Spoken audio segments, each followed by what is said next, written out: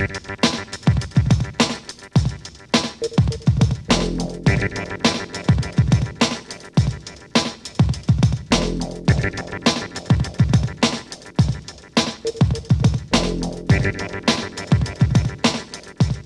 Revolução Industrial do século XX trouxe muitos avanços. Com isso, todo mundo concorda. Mas essas mudanças não vieram de graça. O consumo exacerbado dos recursos naturais trouxe uma questão muito séria. Até quando o planeta vai aguentar o atual estágio de evolução da sociedade? O Expressão de hoje vai discutir a sustentabilidade, conceito que anda na boca de muitos, mas que pouca gente sabe realmente o que é. Nossos convidados são a consultora em gestão da qualidade de vida, Débora Munhoz, e o coordenador do Desafio de Sustentabilidade do AESEC BH, Vinícius Loureiro Marques. Muito obrigado pela presença de vocês, é um prazer recebê-los. Prazer também estar aqui. Bom, vamos começar com a pergunta básica, né? Pouca gente sabe o que é sustentabilidade, então vamos explicar o que é a sustentabilidade. Então, essa pergunta é um tanto complexa, né? O termo sustentabilidade, ele foi importado da ecologia e ele quer dizer, em linhas gerais, aquilo que se mantém ao longo do tempo. É o que os ecossistemas fazem, eles perduram ao longo do tempo e do espaço, não de uma forma estática, porém dinâmica. E como que acontece isso? Existem princípios ecológicos que precisam ser observados e é através desses princípios que eles se mantêm. Por exemplo, a biodiversidade. Diversidade é um princípio. A flexibilidade, que é você se adaptar, a capacidade de adaptação. A cooperação, não só competição, mas também cooperação, são duas formas de associação. Associação é um outro princípio. Então, tem diversos princípios que fazem com que aquele ecossistema seja sustentável, se mantenha ao longo do tempo.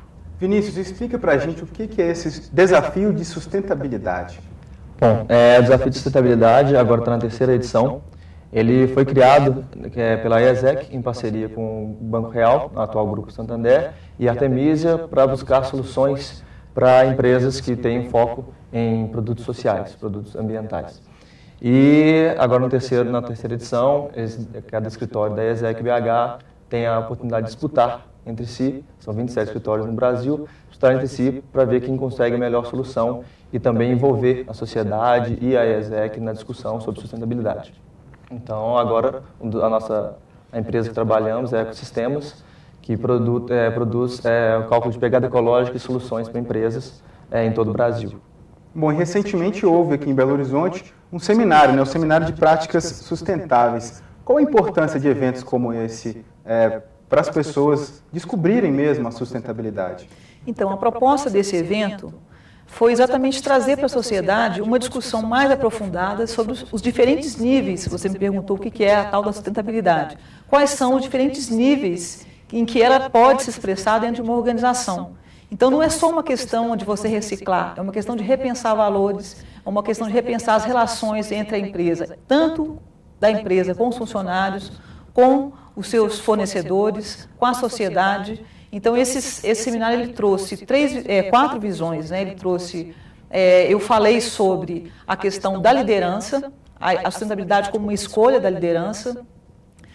Nós tivemos uma pessoa falando sobre a questão da música, da arte, outra falando sobre a atividade de uma organização não governamental junto ao poder público, e a gente teve assim, uma grande participação da CEMIG, falando sobre como exemplo, né, de empresa que trabalha em prol da sustentabilidade. A CEMIG, que é uma das poucas empresas brasileiras que, além de estarem lá no índice Dow Jones, também faz parte do índice de sustentabilidade, né, do Dow Jones.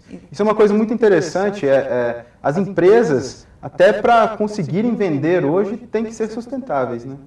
Elas têm que buscar a sustentabilidade porque existe uma questão de falta de matéria-prima, cada vez é mais difícil e mais caro obter essa matéria-prima.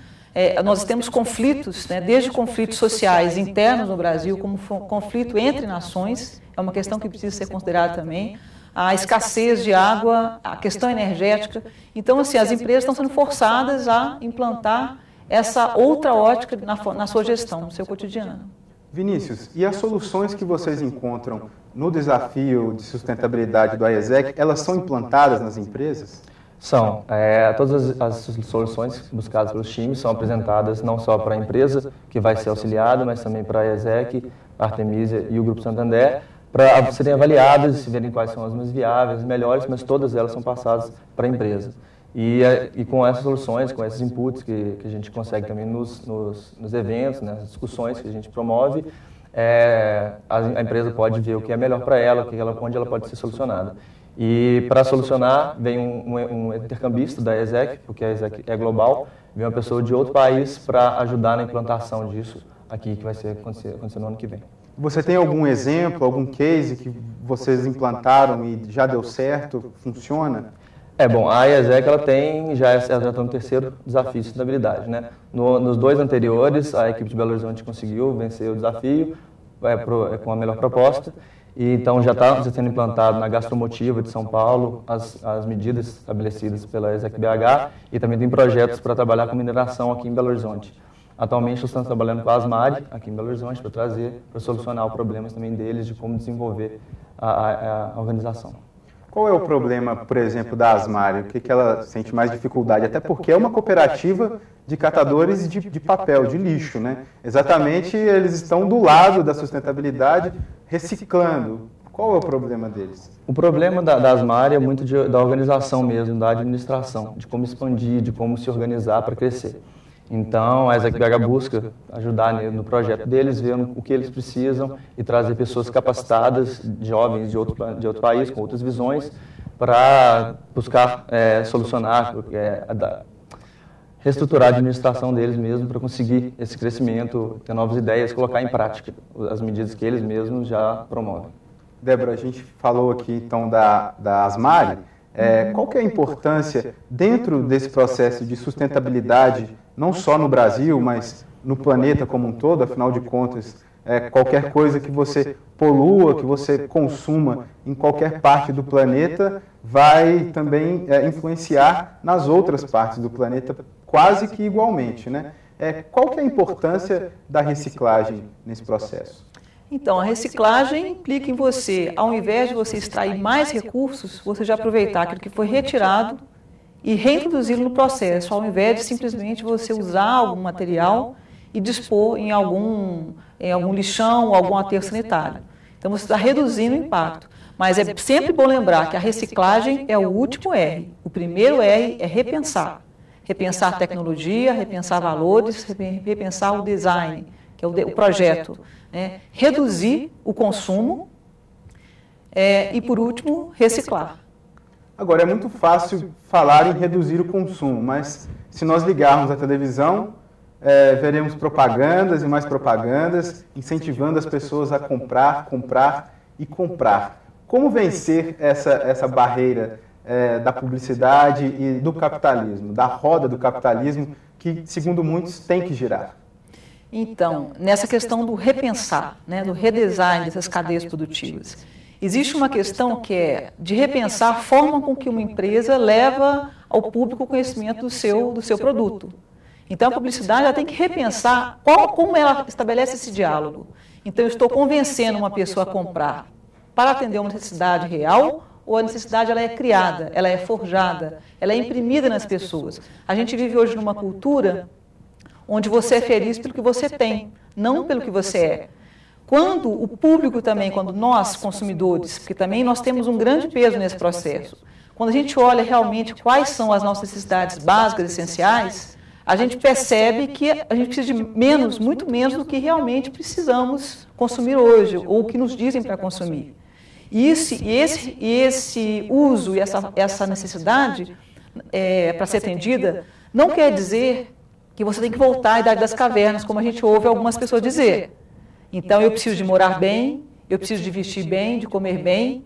Isso implica em tecnologias, implica também em simplicidade. Dizem que a simplicidade é complexa às vezes, Então, você pode ter uma boa qualidade de vida usando menos a natureza. Aliás, eu prefiro dizer até usufruindo mais do que utilizar mais a natureza. Agora, as empresas, principalmente, elas resistem a isso. Por quê? Se elas, por exemplo, produzirem um celular, um carro que dure mais, elas vão acabar vendendo menos.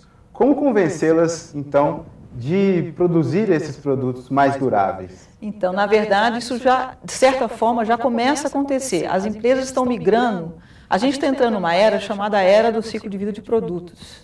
Nessa análise, que a gente chama de berço ao túmulo, de onde veio para onde vai, o que a gente observa é que, primeiro que nós não temos mais um planeta para consumir e transformar em automóveis e celulares. Então, ao invés de você vender um carro, por que não alugar esse carro? Você já reduziria simplesmente o problema sério de garagens. A gente tem um exemplo do Beds Head na Inglaterra, que é um complexo, foi todo construído em cima desse valor de princípios ecológicos, onde existe o clube do carro. Você tem projetos de cidades que favorecem com que as pessoas tenham acesso fácil ao transporte coletivo. Então, é repensar, porque, na verdade, as empresas não terão com o que produzir e também não terão consumidores para consumir o que elas produzem, por causa de guerras, por causa de conflitos sociais, por N motivos, né? por próprio desemprego, dependendo da crise que o país se encontra. Então, é uma situação complexa que faça com que elas tenham que repensar a forma de estar no mundo. Tá certo, Débora. A gente vai para um breve intervalo agora, mas voltamos daqui a pouco. E você aí de casa, não saia daí, porque o Expressão volta já já.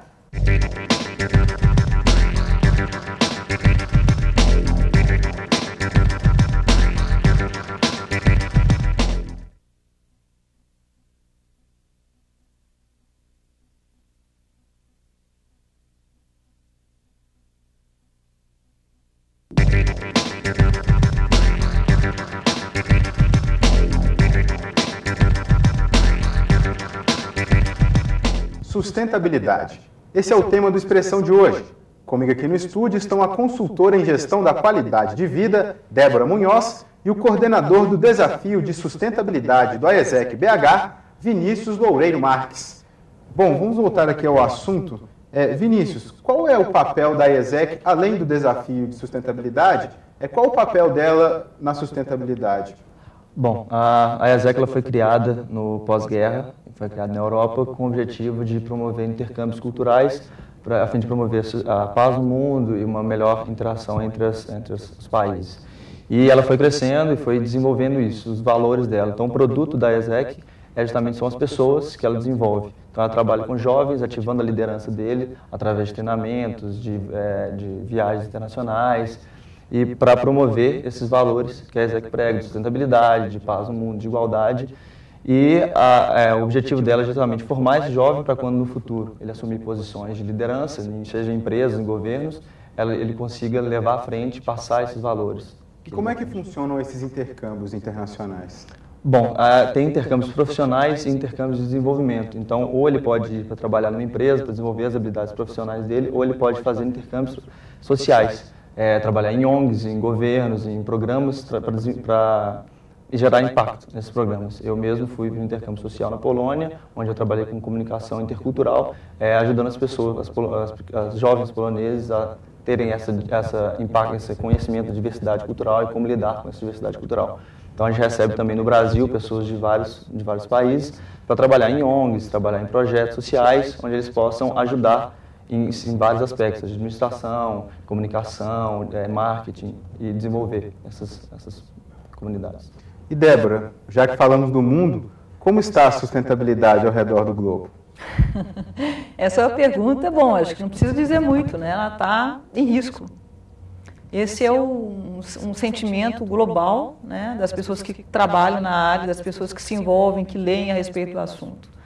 Então, essa mudança e esse trabalho que a AESEC vem fazendo com as lideranças, por exemplo, já é uma atitude concreta, é um exemplo de atitude concreta, exatamente para minimizar e nos possibilitar uma mudança, uma perspectiva de futuro concreta.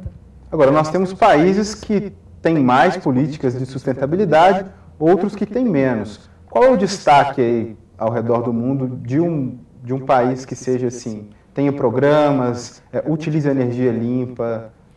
Eu acho que a gente pode colocar a Alemanha, né? Como exemplo. Na Europa, mas a Alemanha é um grande exemplo E é engraçado, por exemplo, porque eu coordenei um projeto chamado Horizonte 21, que era Brasil-Alemanha. Era no Senai e ele tinha como objetivo implantar a educação ambiental na educação profissional aqui. E quando eu fiquei conhecendo os alemães e a bagagem que eles tinham de energia solar, eu me surpreendi muito, né? Porque a Alemanha não tem sol quase.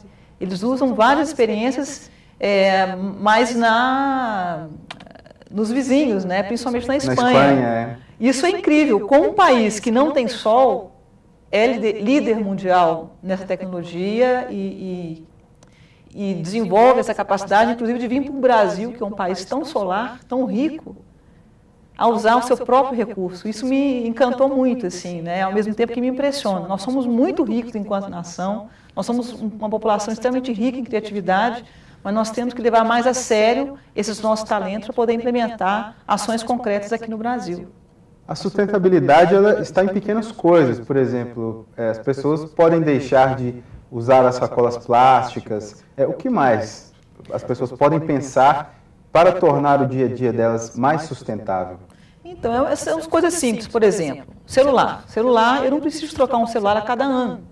Eu não preciso de um celular de R$ 1.500, eu posso ter um celular menos complexo, mais simples, e pegar esse recurso, que é o recurso financeiro, e empregá-lo em coisas mais úteis, por exemplo, ou num curso de línguas, ou numa questão cultural, ou numa academia, enfim. Esse princípio, na verdade, de alocação de recursos, é parecido com o que a gente faz dentro da consultoria em empresas, em projetos de produção limpa, de ecoeficiência. Nós precisamos de uma população que tenha mais cultura de saber usar o recurso, dinheiro.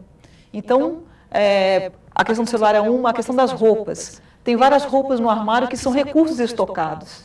Se ao invés de eu deixá-las sem usar, eu simplesmente colocá-la no brechó, fazer uma reutilização das roupas, doar as roupas, é uma forma de eu estar circulando esses recursos. Então, são ações pequenas, né? Comida. Ao invés de encher a geladeira e perder, eu posso comprar, fazer a feira do dia ou da semana. Claro, eu tenho que ter uma logística, né? Cada um tem a sua demanda em termos de família, tem que saber gerenciar bem o seu tempo, mas buscar comprar aquilo que você realmente vai utilizar e não o excesso. Nós saímos de um país que tinha o costume de estocar por causa da inflação, mas ainda a gente não entrou, que a gente não precisa estocar tanto agora. Vinícius, você que mexe com sustentabilidade aqui, já viu na Europa qual é a situação, você classificaria como a sustentabilidade aqui no país? Bom, aqui ainda está começando, lá tem muitos exemplos, principalmente de suporte do governo para isso. Então, empresas brasileiras que às vezes querem exportar para a Europa, elas têm que ter uma série de atitudes de sustentabilidade para elas serem aceitas até os produtos lá.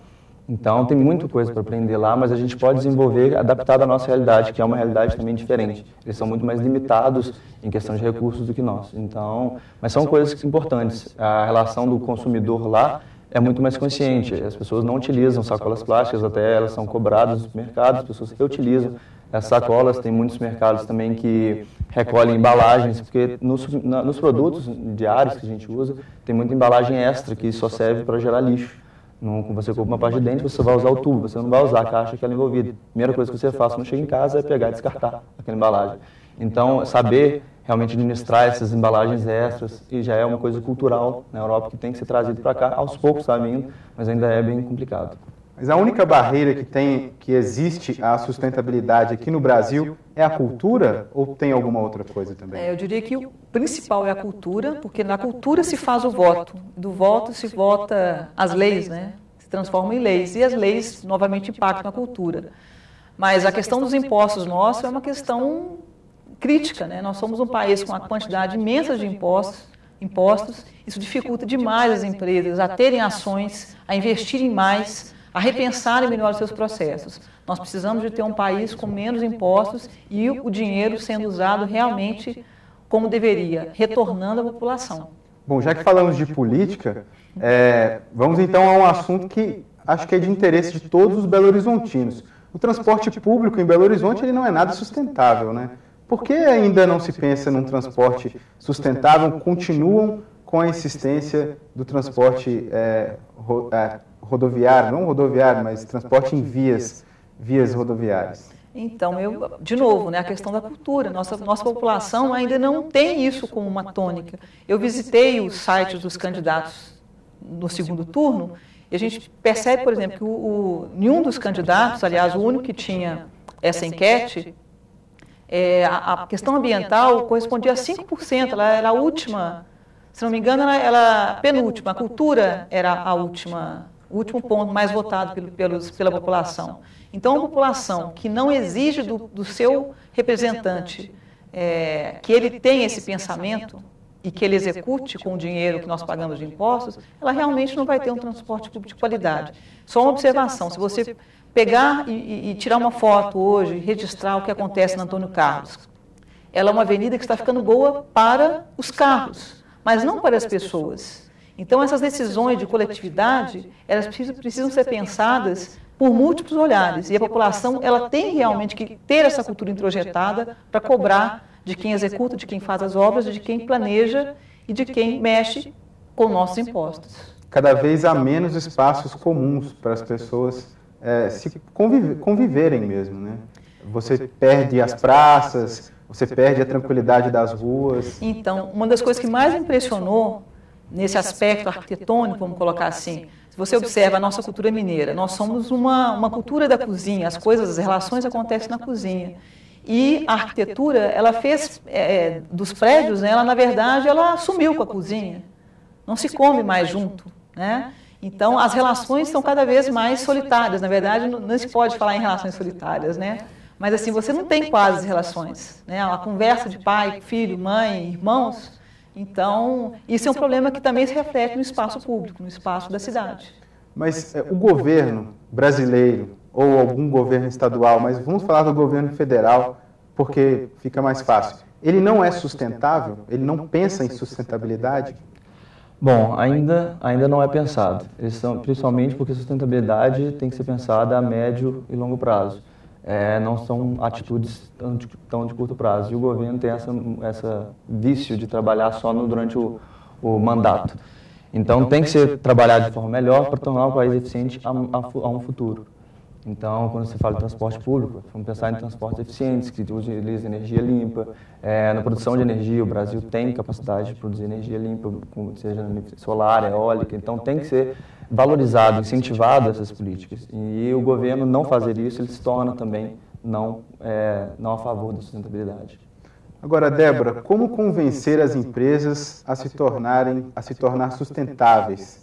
Uma vez que isso gera um custo inicial grande, um custo que não vai ter um retorno imediato em lucro. Na verdade, necessariamente, não é a longo prazo. A minha experiência como consultora de produção mais limpa é que você consegue, às vezes, muitas economias por você pensar em fazer mais com menos, você reduzir o seu desperdício interno e a empresa consegue alocar recursos para outras coisas. Mas você perguntou a questão do governo e como é que você convence as empresas. Eu vou pegar um ganchinho na resposta dele, né? O governo, se você pega o trabalho que a ex-ministra Marina Silva tentou fazer, né?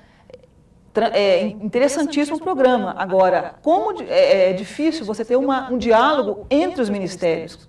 Quer dizer, governantes mais ministros pensando na questão ambiental, introjetando nos vários níveis necessários para realmente a gente ter um governo que busca concretamente a sustentabilidade. E um dos pontos, de novo, é a questão, você pode dar incentivos fiscais para as empresas. Por exemplo, né, isso é previsto na Agenda 21. A Agenda 21 coloca isso como uma tônica do processo. O governo precisa ajudar as empresas uma forma de premiação ou de ajudar mesmo a iniciar um processo de mudança. Alguma coisa começa a acontecer, mas, vamos dizer, precisa ter mais. Precisa ter mais e a gente precisava de ter mais tempo também, porque está esgotado. Vou agradecer muito a presença de vocês. Vinícius, você quer deixar um recado para a gente? Eu queria só passar para o pessoal que se interessar pelo trabalho da ESEC, somente jovens da UniBH, de todas as universidades de Belo Horizonte, que quiserem participar, www.aesec.org/Brasil/BH. Ok, muito obrigado então a vocês. E você aí de casa, muito obrigado também pela audiência. O Expressão vai voltar na semana que vem, mas antes eu deixo para você o telefone para participar do programa. 31 3423 9611 ou pelo e-mail expressão@unibh.br. Até mais. Tchau.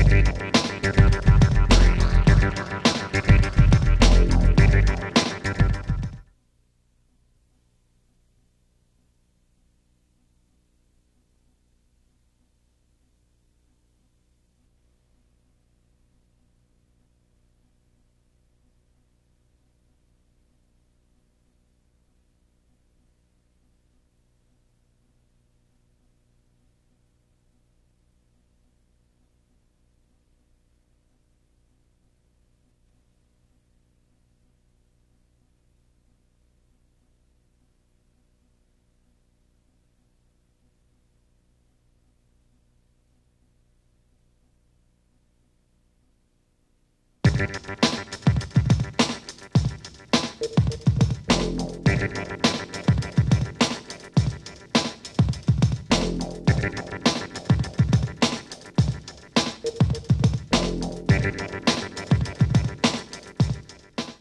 preocupação do homem com a relação saúde e doença não é recente. Muito antes da era cristã, Hipócrates, o pai da medicina, já definia saúde como o estado de equilíbrio do homem com a natureza. No século XX, começa um movimento para tratar o ser humano como um todo, levando em conta, inclusive, o seu meio social.